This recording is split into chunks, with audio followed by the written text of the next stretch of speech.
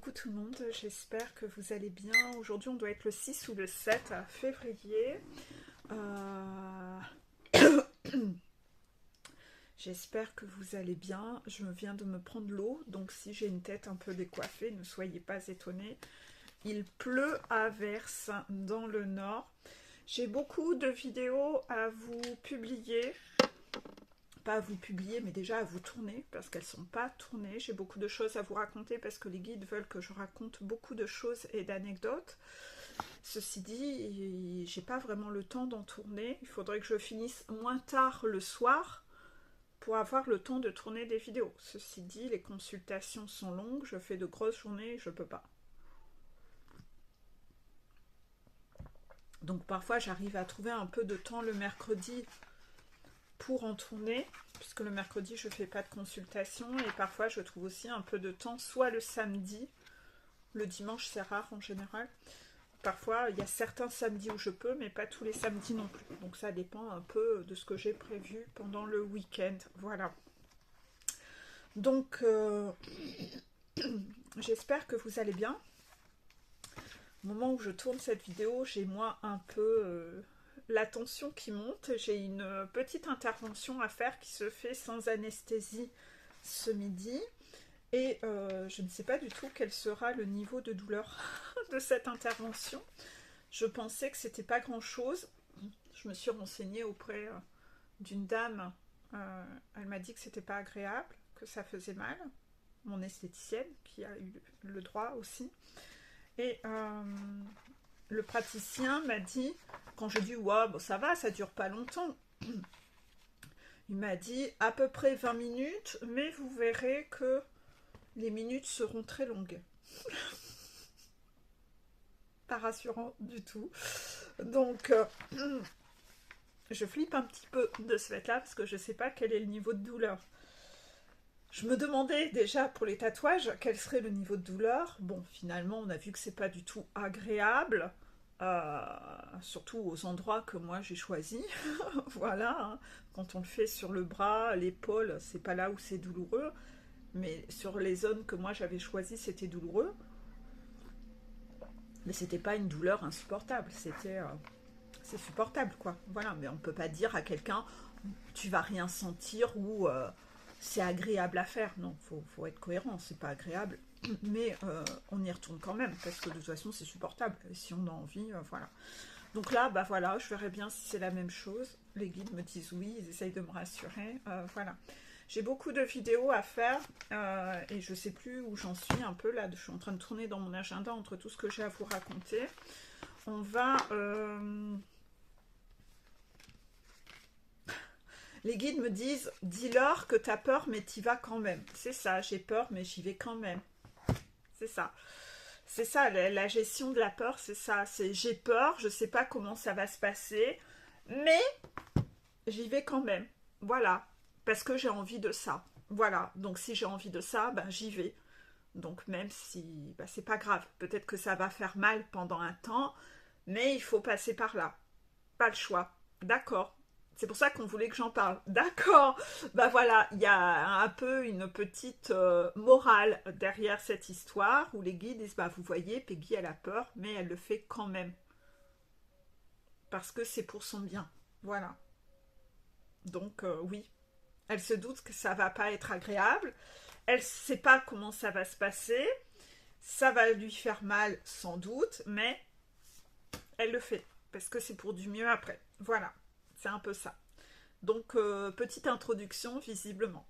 Voilà, que visiblement les guides voulaient que je vous fasse. Vous voyez, derrière tout ce que je vis, il y a toujours une petite anecdote à vous faire passer. C'est rigolo, hein? Voilà. Donc, aujourd'hui, on va parler de pardon. On travaille le pardon. Je suis pas étonnée. Parce que, encore une fois, comme par hasard, ce matin, j'ai mis une vidéo en story. Et cette vidéo en story que les guides ont choisi que je mette, puisque j'ai toute une base de données avec plein de vidéos, et c'est la petite vidéo que j'ai écoutée en me maquillant ce matin, c'était « Ne pardonnez pas trop à votre pervers narcissique ». Suite à ça, je vous ai fait une story derrière cette vidéo, parce que cette vidéo est très courte, elle dure 8 minutes. Et cette vidéo explique que les gens, en effet, pardonnent beaucoup trop souvent aux pervers narcissiques par peur d'être une mauvaise personne. C'est pas bien de pas savoir pardonner, il faut savoir excuser, pardonner, etc. Bon. Là, les guides veulent qu'on travaille un peu cette notion-là qui est trop dysfonctionnelle chez vous et remettre un peu l'église au milieu du village concernant cette notion de pardon. D'accord? Donc, on va aborder donc ce sujet aujourd'hui. Le pardon. Peut-être que vous faites partie d'une certaine religion où la religion vous fait croire que vous devez pardonner à tout le monde, sinon vous n'irez pas, vous n'aurez pas accès au paradis. Il y a beaucoup de choses autour de ça.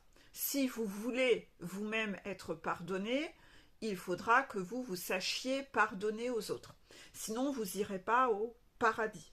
Donc, il y a quand même un peu beaucoup de conneries qui sont dites dans les religions où on vous demande dans l'instant présent d'être en sacrifice, d'être en souffrance dans tout pour éventuellement un saint Graal où vous iriez, une fois que vous êtes mort, au paradis. Donc en fait, vous allez choisir de vivre très mal dans l'instant présent pour un futur que vous ne connaissez pas, dont vous n'avez pas de preuve. Donc finalement, vous avez cette capacité de confiance, de foi en quelque chose, où pourtant vous n'avez pas de preuve. On vous a raconté une fable, une histoire, et vous y croyez, depuis que vous êtes enfant. Il était une fois, voilà, et cette fable, vous ne savez pas d'où elle vient. Non, si vos parents sont croyants ou ont cette religion, ils vous ont dit ça et vous y avez cru. Il y a une légende urbaine qui dit que. Et puis, il y a à côté de ça la spiritualité, la vraie spiritualité, qui, elle, va vous dire, tu es venu sur Terre pour expérimenter le bonheur, et le bonheur doit se vivre à l'instant présent. Parce que le Saint Graal, c'est de vivre le bonheur pendant ta vie, pas après ta mort en fait. Donc en fait, tu dois expérimenter le bonheur, donc c'est totalement autre chose. Et justement, quand tu es toujours dans le fait de faire passer les autres avant toi, tu te rends compte que tu as des retours de bâton dans l'instant présent. Ce qui n'est pas facile de changer ton angle de vue. Ceci dit, tu as quand même au moins d'un côté un truc dont tu n'as aucune preuve, et d'un autre côté, si tu regardes bien, tu as des preuves en fait. Parce que je te donne le défi aujourd'hui de dire non à toi-même pour dire oui à quelqu'un et fais l'expérimentation aujourd'hui de faire un test dans la matière, de faire passer les autres avant toi, et en général, ça t'arrive assez régulièrement de le faire sans même t'en rendre compte, puisque tu es programmé comme ça, et tu as été programmé comme ça dans ton enfance, par ton entourage, et tu fais passer toujours les autres avant toi. Et tu fais ça, tu fais ça, tu fais ça. Tu vas voir que tu as toujours des retours de bâton. C'est ainsi que ces gens disent toujours « je comprends pas, je suis quelqu'un de bon » et c'est toujours pour les gens qui sont bons, qui leur arrive que des trucs, ça sert à rien d'être bon sur Terre. Voilà, en fait, c'est parce que les gens sont extrêmes et extrémistes. Ils n'ont pas compris le message, en fait. Donc, en fait, essayez d'observer, c'est là vous verrez qu'à chaque fois que vous faites passer les autres avant vous, et cela vous met en souffrance, donc c'est très déséquilibré, c'est extrême, eh bien, en fait, vous allez avoir des retours de bâton dans la matière. Et vous allez voir, à chaque fois, vous avez une foudre. Ça ne veut pas dire que votre maison, elle s'écroule, hein, c'est pas ça. Ça peut être des petites foudres. Vous avez le lendemain la machine à laver qui tombe en panne, vous avez un excès de vitesse, vous prenez une voiture, vous tombez malade. Vous n'avez pas osé exprimer quelque chose à quelqu'un, bam, vous êtes malade. La gorge, elle est prise. Bah oui, vous n'avez pas exprimé.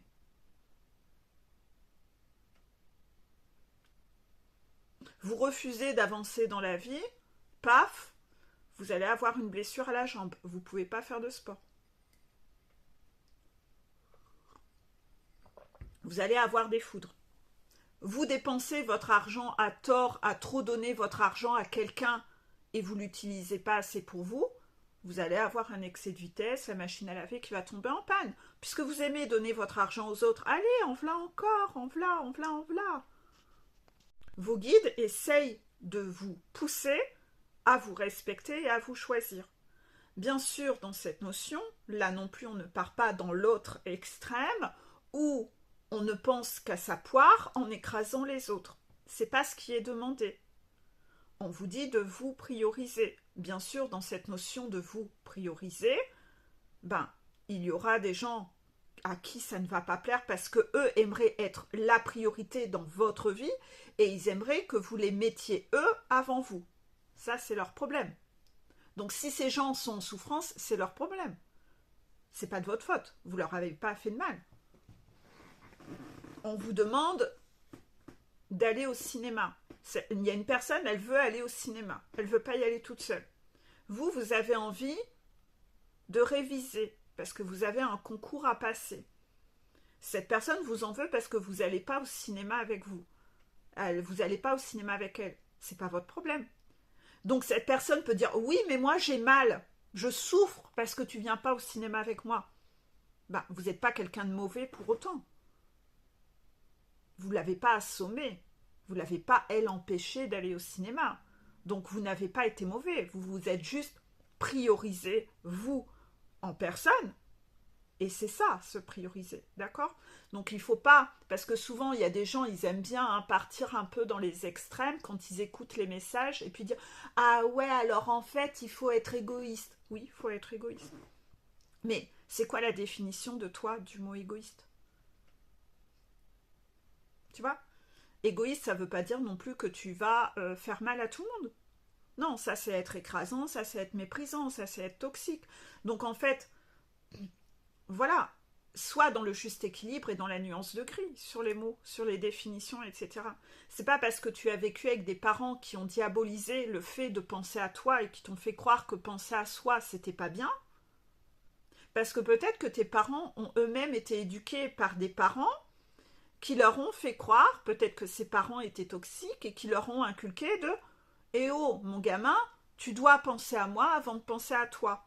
Et quand tu vas penser à toi, je vais te dire que c'est égoïste. Je vais te dire que c'est pas bien. » Donc en fait, il faut quand même remettre les choses dans le contexte. C'est que les personnes toxiques, quand vous allez penser à vous, ils vont toujours vous dire que c'est pas bien.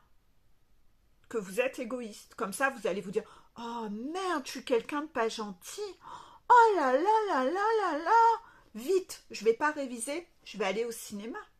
Je dois être quelqu'un de bien. Si je veux aller au paradis. » Vous voyez le genre de conneries? Donc en fait, les gens qui vont vous faire culpabiliser, quand vous osez penser à vous, quand vous osez poser des limites parce que cela vous fait mal. Quelqu'un qui use du joker culpabilité, c'est en général déjà un drapeau rouge, un red flag, c'est quelqu'un de toxique. Les personnes toxiques vont vous faire culpabiliser quand vous pensez à vous.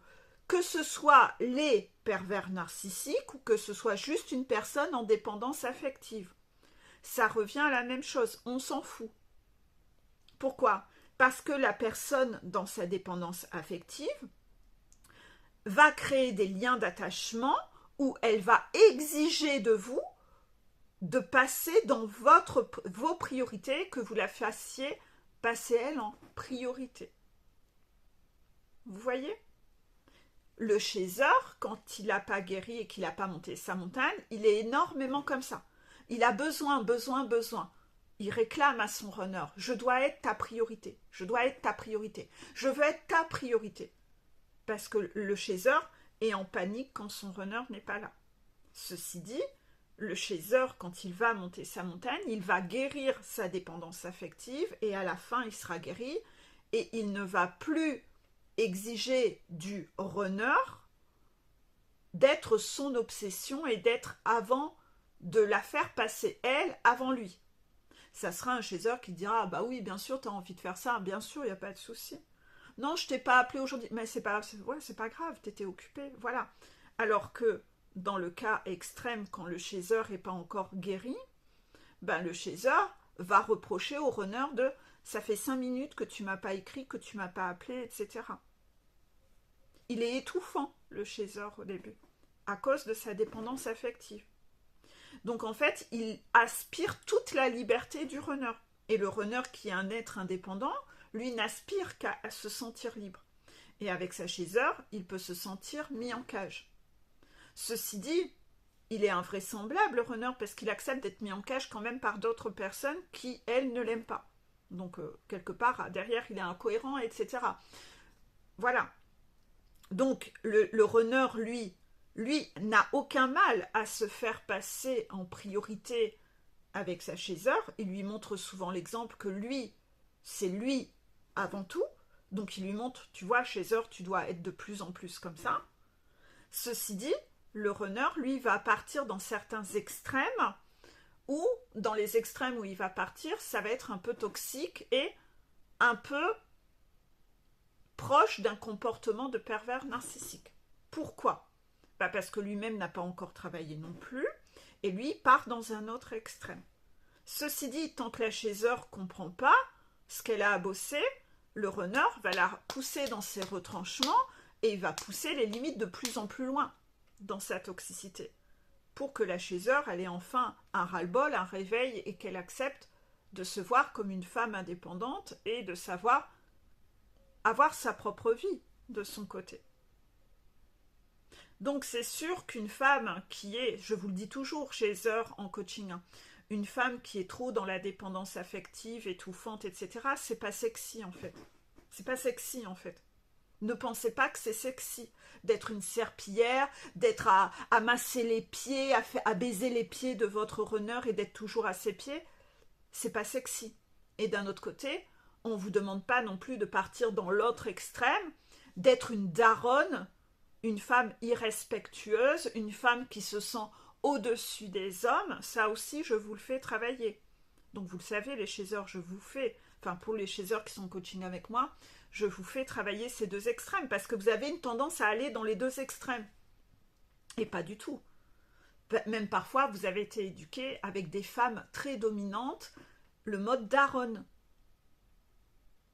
La vieille dame avec son rouleau à pâtisserie, là, qui méprise tous les hommes. Et en fait, chaser, vous devez retrouver le juste équilibre de la nuance de gris. Pas accepter l'inacceptable, mais pas non plus être tyrannique et contrôlante. Savoir trouver le juste équilibre. Parce que souvent, quand on demande à une chaser de savoir se prioriser, l'aiguille, elle va partir, pouf, dans l'autre extrême de ça devient une femme hystérique, contrôlante, colérique. Waouh! Et là, qu'est-ce qu'on demande de travailler? De faire travailler le pardon et la colère. Donc là-dessus, la chaser, elle a tout ça à travailler de son côté, individuellement, son rapport dans le couple, son rapport avec les hommes, de ne pas être trop une femme un peu trop dans la pardonnite, excusite, une femme soumise, de savoir être une femme indépendante, mais de ne pas pour autant devenir une mégère colérique qui déteste tous les hommes, une femme aigrie, non. Donc là, la chaser, c'est ça, l'état de complétude à la fin, l'état d'équilibre, le juste équilibre, être dans un comportement juste.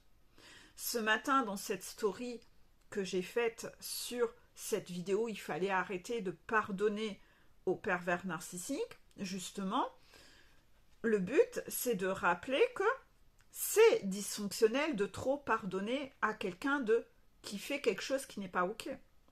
Et donc, je vous ai refait une story ce matin en vous disant, celui qui pardonne à l'extrême, celui qui excuse à l'extrême, celui qui passe l'éponge à l'extrême, a un comportement déséquilibré, c'est dysfonctionnel, c'est extrême. Et qui est-ce qui est dans l'extrême? Tout blanc, tout noir. C'est le rigide. Le rigide de la blessure d'injustice. Le rigide, il est tout blanc, tout noir. Et dans son mode rigide, il se dit, moi, je veux être quelqu'un de juste, Donc en apparence, je ne veux pas avoir de reproches. Si je fais du mal à quelqu'un, si je fais des reproches à quelqu'un, ça pourrait lui faire du mal. Donc je fais de reproches à personne, je pardonne, je pardonne, je pardonne, je suis touchée par le syndrome de la pardonnite aiguë, c'est ce qui va me mettre une auréole sur la tête et je vais être quelqu'un de bon. Personne ne peut me reprocher quoi que ce soit. Ça veut donc dire que je suis quelqu'un de bien. Je suis donc quelqu'un de juste. Pas du tout. Pas du tout. C'est exactement le contraire. C'est-à-dire que finalement, dans sa névrose de vouloir avoir l'air parfait en apparence, la personne excuse à foison à quelqu'un qui agit mal. Donc ça veut dire que dans le monde du rigide, le rigide dans son monde, que la personne fasse bien ou mal, elle va traiter tout le monde de la même façon. Elle va partir dans l'extrême de croire qu'il y a du bon dans chacun. Elle part dans un extrême. Et là, c'est le danger de la spiritualité perchée, la spiritualité qui n'est pas connectée à la réalité de la vie. C'est le monde de Walt Disney, le monde de Bisounours, les arcs-en-ciel, les licornes, il y a du bon dans chacun. On est dans un déni total, contraction. Et ça, c'est dangereux, contraction. C'est-à-dire que ces personnes, dans leur névrose de se dire qu'il y a du bon en chacun, si on leur met Hitler en face et l'abbé Pierre, ils vont les traiter de la même façon. Bah, puisqu'il y a du bon dans chacun, colle chic dans les prés, oh, les arcs-en-ciel, les papillons, oh, petit Hitler roux, il est tout gentil, Hitler, oh, il a dû souffrir dans son enfance, qu'est-ce qu'il a vécu dans son enfance, oh, petit Hitler, viens que je te fasse un petit câlinou. Oui, tu as gazé quelques personnes, tu as recommencé, tu as tué des enfants, mais je te pardonne. Oh, c'est parce que tu as souffert dans ton enfance. Oh là là, pauvre petit Hitler, il y a du bon dans chacun. Donc là, voilà, vous devenez quelqu'un mais qui est complètement cinglé à la ramasse. Et vous-même, vous participez au fait de cautionner que l'inacceptable ait lieu, et en fait, vous devenez quelqu'un, un partisan de l'ombre, en fait. Vous devenez un complice de l'ombre, contraction. Puisque, au lieu d'être cette personne qui éteint la noirceur chez les gens en étant dans la résistance, vous êtes quelqu'un qui pardonne leurs agissements. Donc ces gens-là sont jamais en remise en question. Ils ont leurs alliés. Bah, t'as vu, c'est pas de ma faute. Bah, j'ai mal vécu. Tu sais, j'ai vécu des choses dans mon enfance. Géraldine, elle l'a dit. Hein. Si, Géraldine, elle l'a dit. T'as vu? Moi, j'ai une excuse. Je vais ouvrir un 3e camp de concentration. Bah, j'y peux rien.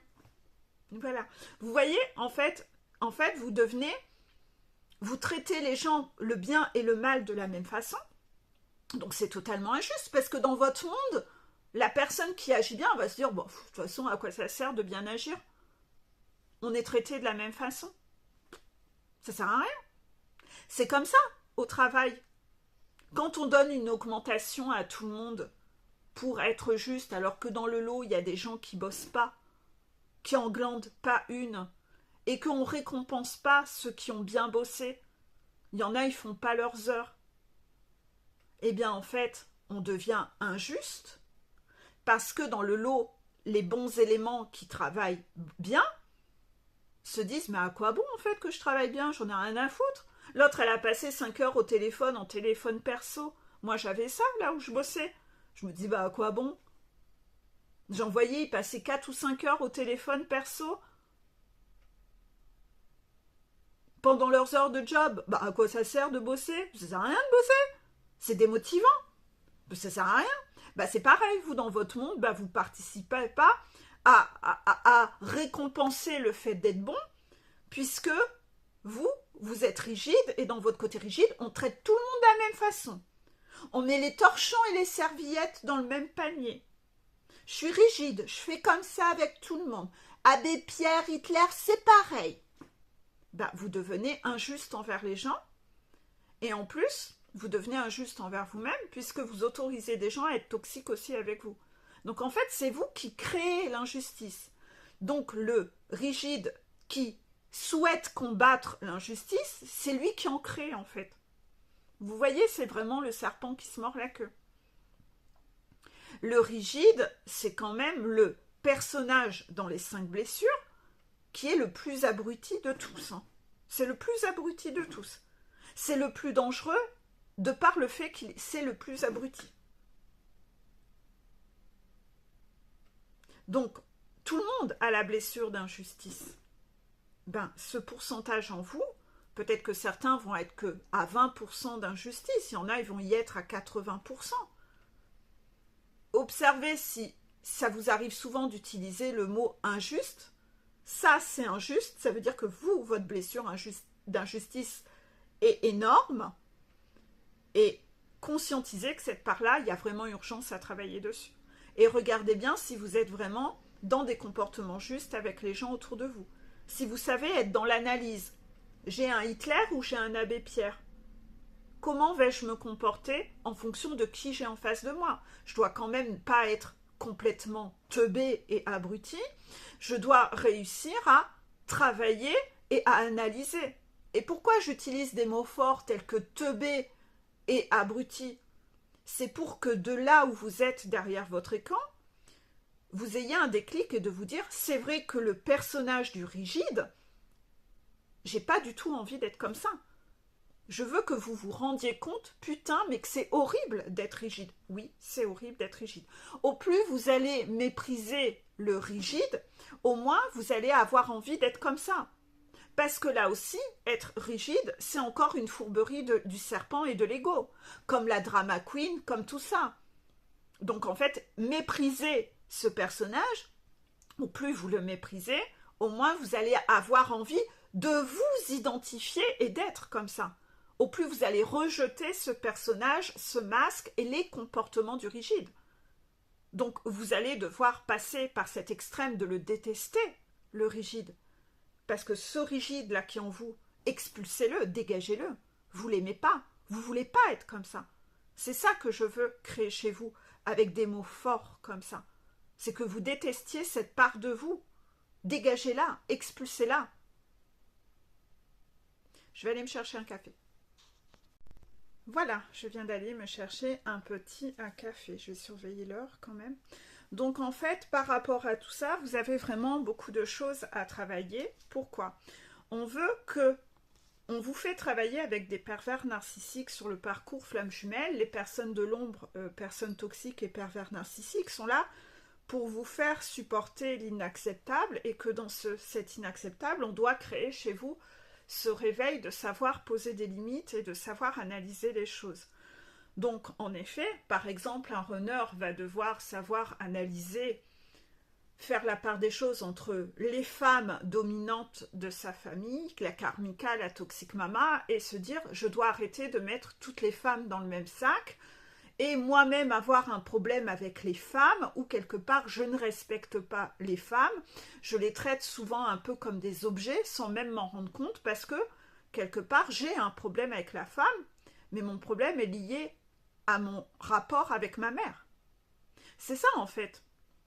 Parce que le runner a toujours vu sa mère mépriser les hommes, déblatérer sur son père, lui a peur d'être comme ça, il voit un peu que les hommes c'est un peu comme de la sous-merde, c'est comme ça qu'il a été un peu éduqué dans les valeurs, le regard que sa mère porte, que les femmes sont supérieures aux hommes, et il a un peu tendance à mettre tout le monde dans le même sac. Et il croit que quand sa chasseur lui fait un reproche, qu'elle est aussi dans cette énergie de croire que tous les hommes sont à mettre dans le même sac. Non, la chasseur, elle a une montagne à monter et elle apprend à faire la part des choses.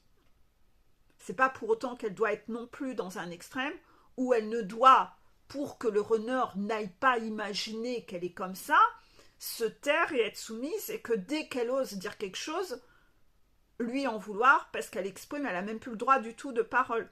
Donc lui devient aussi un peu extrémiste. Donc en fait, il y a tous ces réglages à savoir faire. Il doit arrêter de mettre la chaiseur dans le même sac, mais tout comme la chaiseur va devoir arrêter aussi à un moment de mettre tout le monde dans le même panier où elle excuse trop à foison. Vous voyez les effets miroirs et miroirs inversés. Il y a tellement de choses à travailler là-dedans. Donc bien sûr, par rapport à tout ça, moi en coaching personnel, je travaille avec vous sur cet état d'analyse en fonction des acteurs de votre vie et les cas de figure par rapport à vous, pour vous montrer, tu vois, dans ce cas-là, là, tu dois t'imposer, dans ce cas-là, au contraire, tu dois lâcher du lest, t'es trop dominante. Tout ça, on travaille en fonction de votre vie, du scénario qu'il y a sur votre vie au cas par cas. Vous devez, pour vous faire travailler cette capacité d'analyse. Donc là, par rapport à tout ça, on vous fait travailler cette énergie de pardon, mais pas à l'extrême. Arrêtez de penser que vous êtes quelqu'un de mauvais quand vous n'arrivez plus à pardonner. Quand vous avez posé des limites à quelqu'un, vous posez des limites, la personne, vous devez travailler le fait que la colère est votre allié. Vous ressentez de la colère. Ok, je ressens de la colère. Cela veut dire que je suis en mal-être. Ok. Pourquoi mon enfant intérieur est en colère? Il est frustré de quoi? Ok. Quelqu'un vient de lui manquer de respect. Ok. Qui lui a manqué de respect? Telle personne. Ok. Donc je vais aller poser, je vais prendre mon énergie de colère pour être dans cette énergie de oser exprimer et verbaliser des choses à la personne qui m'a créé une souffrance. Je vais lui verbaliser que ça me fait souffrir, ça me plaît pas, je pose mes limites, on communique. À partir de là, soit vous avez une personne saine en face de vous, qui se corrige. Si elle se corrige, les réglages sont établis, tout va bien.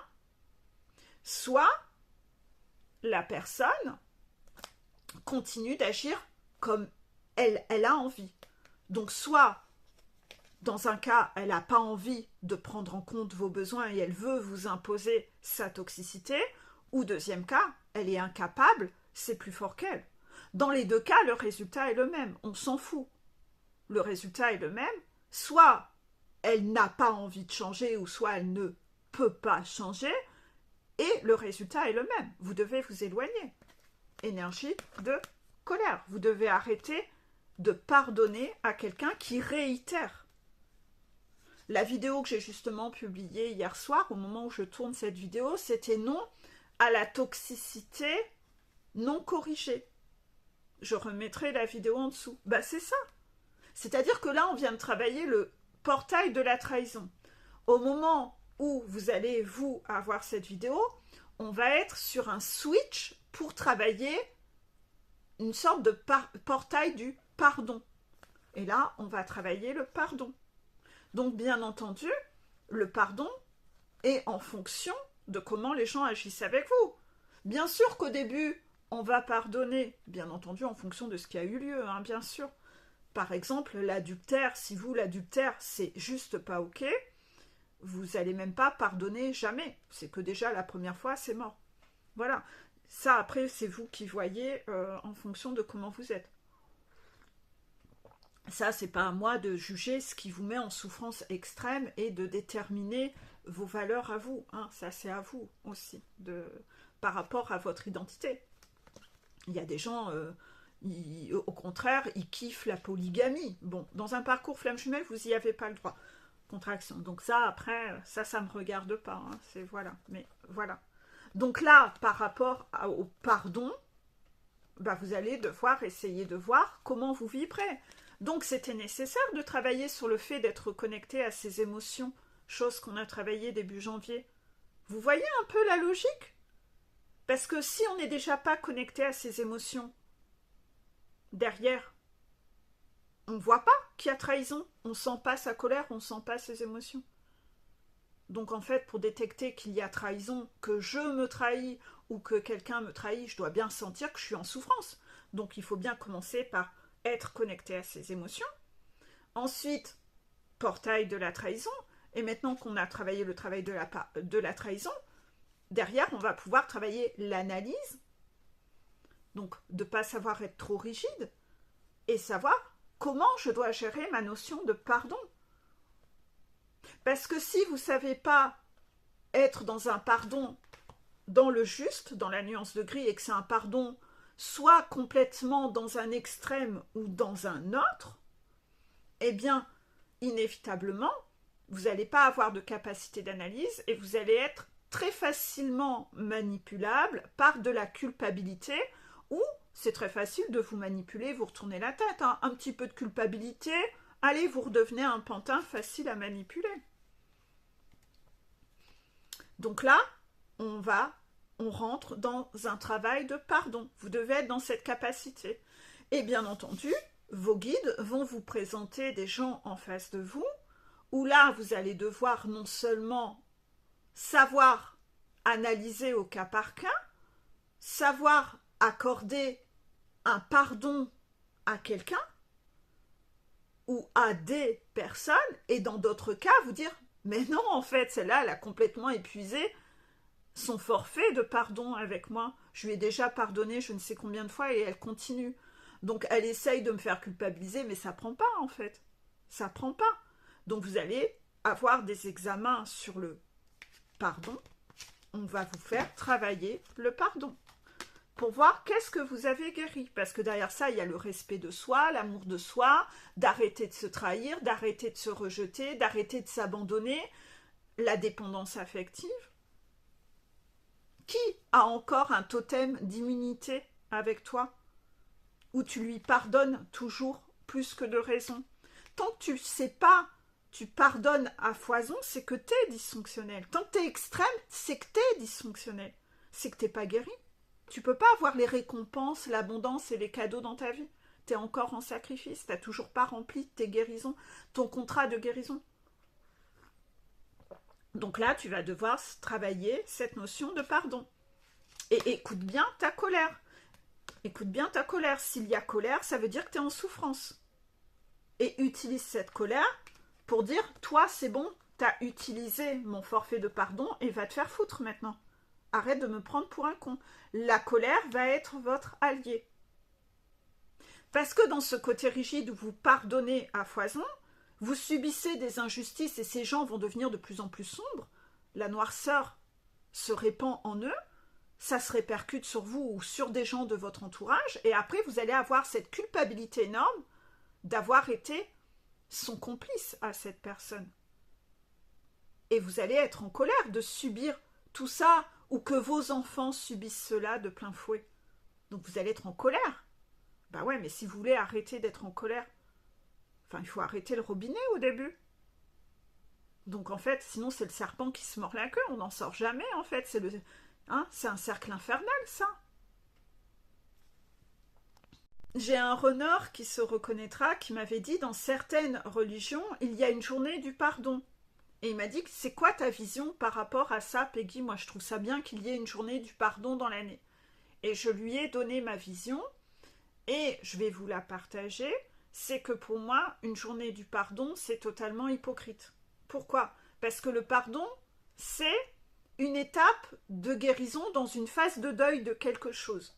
Je fais le deuil d'une relation, je fais le deuil de mon illusion, je fais le deuil de quelque chose, de ma croyance, et dans les phases du deuil, il y a l'étape du pardon.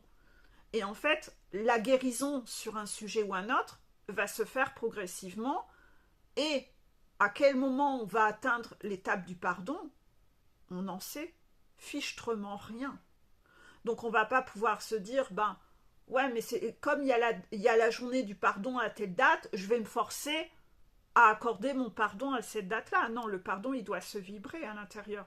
On doit le ressentir qu'on est dans cette phase-là. C'est une étape de la guérison. On ne peut pas se forcer à dire « Ah je me force à te pardonner » alors qu'on ne le vibre pas.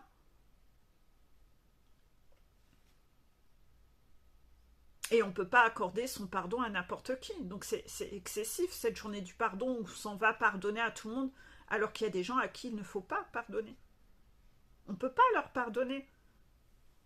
Vous voulez pardonner à Hitler, vous, ce qu'il a fait? Moi, non. Par contre, dans votre processus, peut-être qu'il y a des situations dans votre vie qui ont eu lieu il y a 5 ans, il y a 10 ans, etc. Et vous ressentez encore de la colère sur un événement qui a eu lieu quand même il y a longtemps. Et cette colère vous ronge de l'intérieur. Donc, vous êtes encore dans ce côté un peu rigide, où là, vous n'arrivez pas à sortir de votre colère. Votre colère est un peu extrême, hein. Elle est un peu extrême, là, cette fois-ci, parce que cet épisode est censé avoir eu lieu il y a longtemps. Vous êtes censé en avoir eu la compréhension du pourquoi les choses se sont passées comme ça. Donc, dans ce cas-là, en coaching, on va travailler sur votre énergie de colère face à cette chose du passé. Pourquoi ? Pour aller y poser un pardon, c'est-à-dire tourner la page. C'est-à-dire que, par exemple, je comprends, imaginons, on va prendre un cas extrême. On va prendre, vous avez été battu, vous avez vécu avec un homme qui vous a battu, qui vous a violé, peut-être aussi, le viol conjugal, ça existe, on n'en parle pas assez malheureusement. Et en fait, cet homme, il vous a vraiment maltraité. Ça a beau faire très longtemps que ça a eu lieu, ça fait peut-être 5 ans ou 10 ans que vous êtes divorcés, vous êtes encore dans la colère et vous n'arrivez pas à refaire confiance aux hommes dans votre vie. Ça devient un peu extrême, parce que vous êtes en train de devenir votre propre bourreau, puisque vous n'arrivez même pas à rebondir et à reconstruire une vie dans la joie. Donc cette personne, elle a gagné par rapport à vous. Vous n'arrivez même pas à avancer dans votre vie. Donc votre bourreau a gagné. Il a réussi à bousiller encore autant d'années chez vous. Mais il a déjà bousillé les années quand vous étiez avec. Pourquoi vous lui donnez encore le pouvoir de bousiller votre futur et votre présent ? Ça, c'est pas OK, en fait. Donc, dans ce cas-là, il y a nécessité de travailler sur ce pardon. Mais ça, c'est bien après, parce que vous avez besoin d'avancer. Par rapport à ça, on va travailler comment sur cette notion de pardon ? On va aller comprendre le pourquoi j'ai vécu ça. Pourquoi j'ai dû vivre ça ?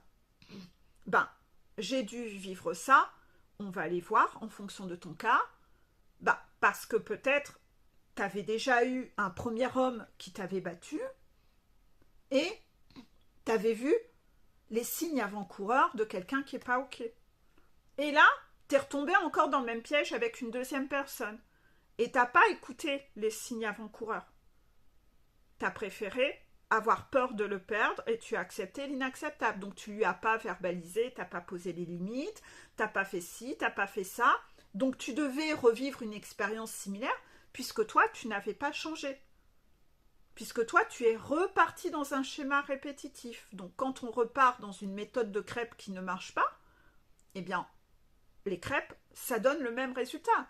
Une méthode qui ne marche pas va donner les mêmes résultats. Elle ne marchera toujours pas. Donc en fait, il y a tout ça à analyser, c'est le pourquoi. Pourquoi ça a eu lieu ? Parfois, une fois qu'on va comprendre toute la logique, on va se dire « Ah ouais, putain, ouais, carrément. » Et puis en fait, quand on va les démêler, « Ah ouais, mais en fait, dans tes vies antérieures, tu avais déjà ce problème. Ta mère, elle était battue par ton père. Donc tu as appris qu'une femme, ça doit être soumis. Ou peut-être que c'était le contraire. Ta mère était tellement autoritaire avec les hommes que toi tu t'es dit putain moi je serai jamais comme ça. Donc en fait je serai jamais comme ça, je serai l'opposé d'elle. Ah ouais, t'es partie dans l'autre extrême. C'est-à-dire que toi t'es devenue soumise. T'as jamais contrarié l'homme. Tu vois ?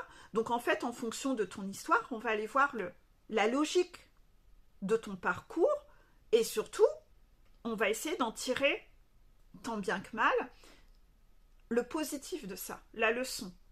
Et on va voir. Tu as vu, grâce à ça aujourd'hui, maintenant tu ne te laisses plus faire avec les hommes. Donc tu vois, il y a quand même une leçon derrière ça. Et cette leçon que tu as apprise, maintenant elle fait partie de toi. Tu n'es plus la même personne. Cependant, aujourd'hui on va pardonner à cette situation, on va pardonner à la vie. On ne va pas oublier ce qu'a fait cette personne. On ne va pas pardonner à la personne. On ne va pas appeler la personne et lui dire « Je te pardonne. Tiens, est-ce que tu veux venir faire une bouffe avec moi ? Si tu veux, j'écarterai même les cuisses et notre relation peut reprendre. » Non. Cette personne, vous ne devez pas pardonner à la personne. Non, on ne pardonne pas à Hitler. On n'invite pas Hitler à faire un banquet ensemble. On ne va pas faire le réveillon de Noël avec Hitler. Non.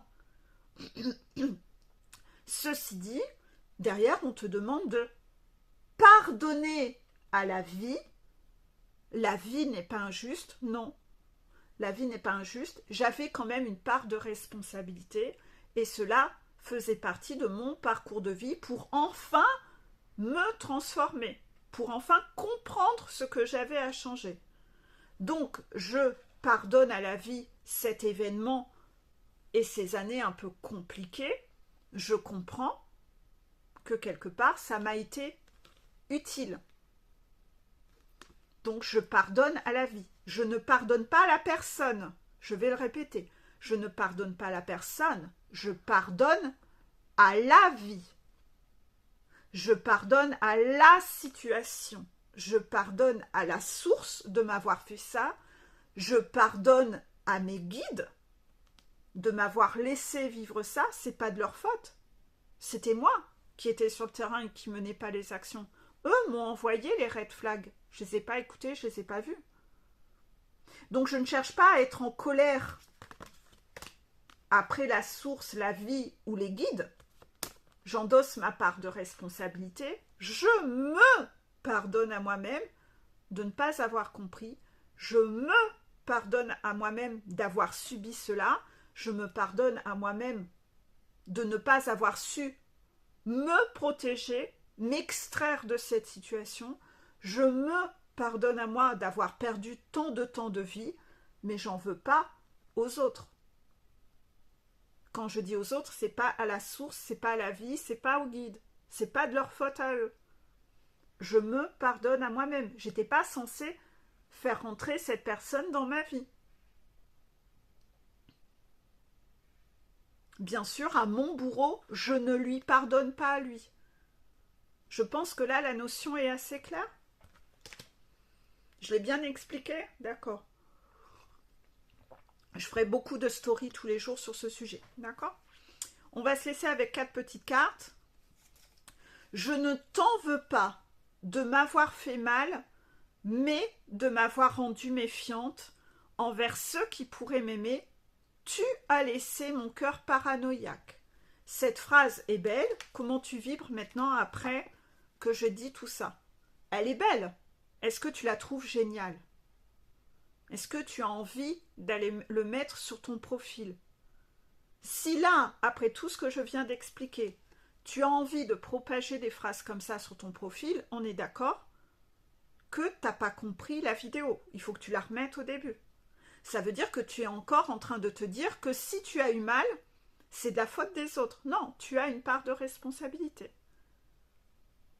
En quoi quelqu'un devrait laisser ton cœur paranoïaque? Ça veut donc dire que tu mets tout le monde dans le même sac, que tu n'as pas encore cette capacité d'analyse, que tu as donc encore décidé d'être injuste et de traiter l'abbé Pierre et Hitler de la même façon. C'est-à-dire que parce que quelqu'un t'a fait du mal, tu vas mettre tout le monde dans le même paquet. Je répète la phrase, je ne t'en veux pas de m'avoir fait mal, mais de m'avoir rendue méfiante envers ceux qui pourraient m'aimer. Tu as laissé mon cœur paranoïaque.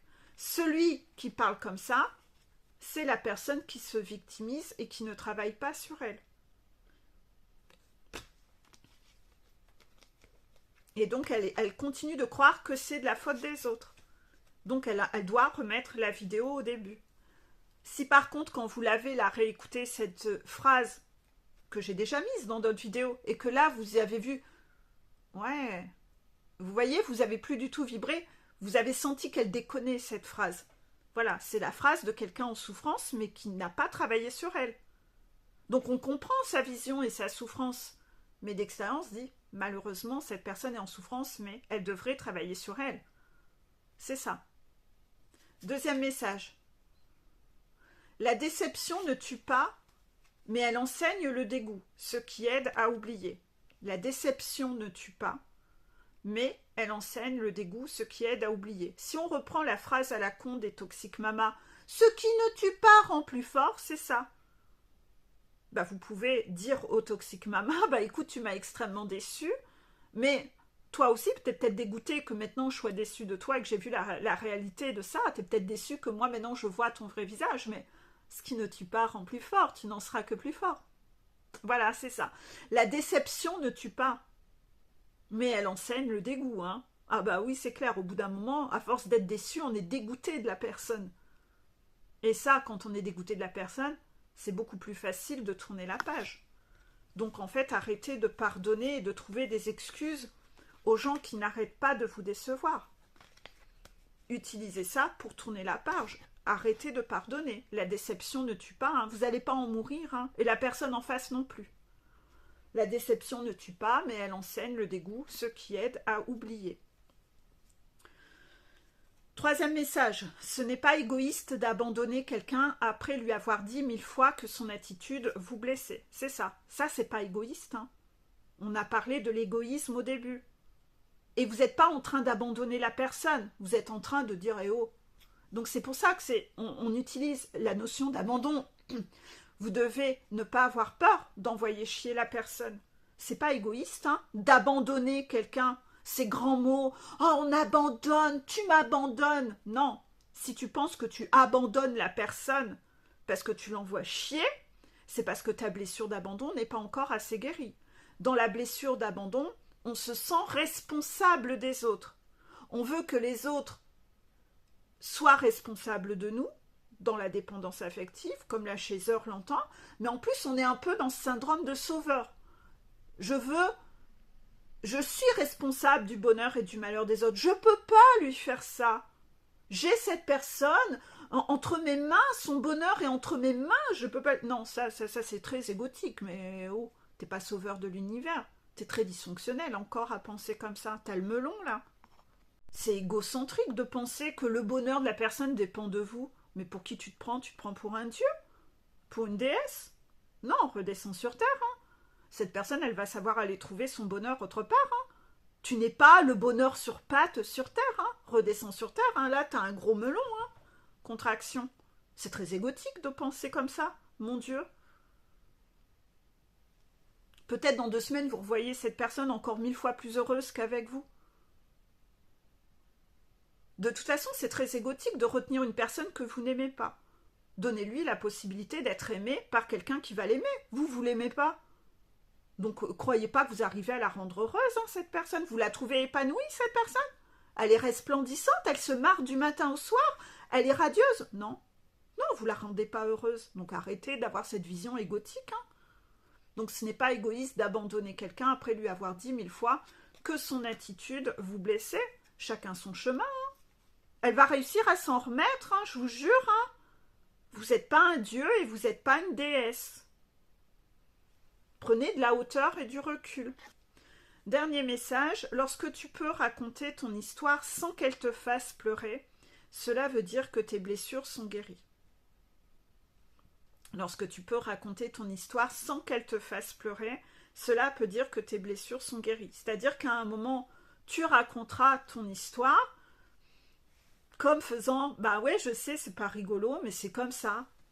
Tout est juste. Voilà. Et vous en parlerez comme ça. Tant qu'il y a des larmes quand vous en parlez, acceptez. Vous êtes encore dans les phases du deuil. Et vous en parlez, ça extériorise, ça soulage, ça nettoie, etc.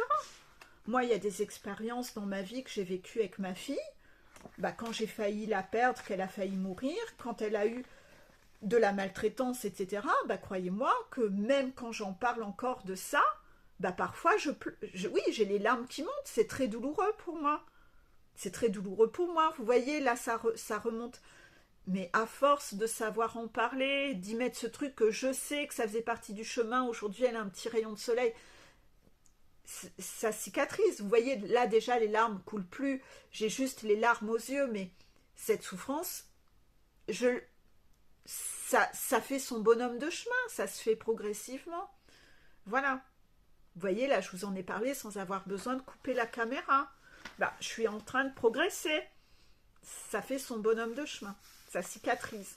Voilà, tout est juste. Vous voyez, ces étapes-là étaient là pour développer quelque chose à l'intérieur de moi. Voilà. Je vais vous laisser.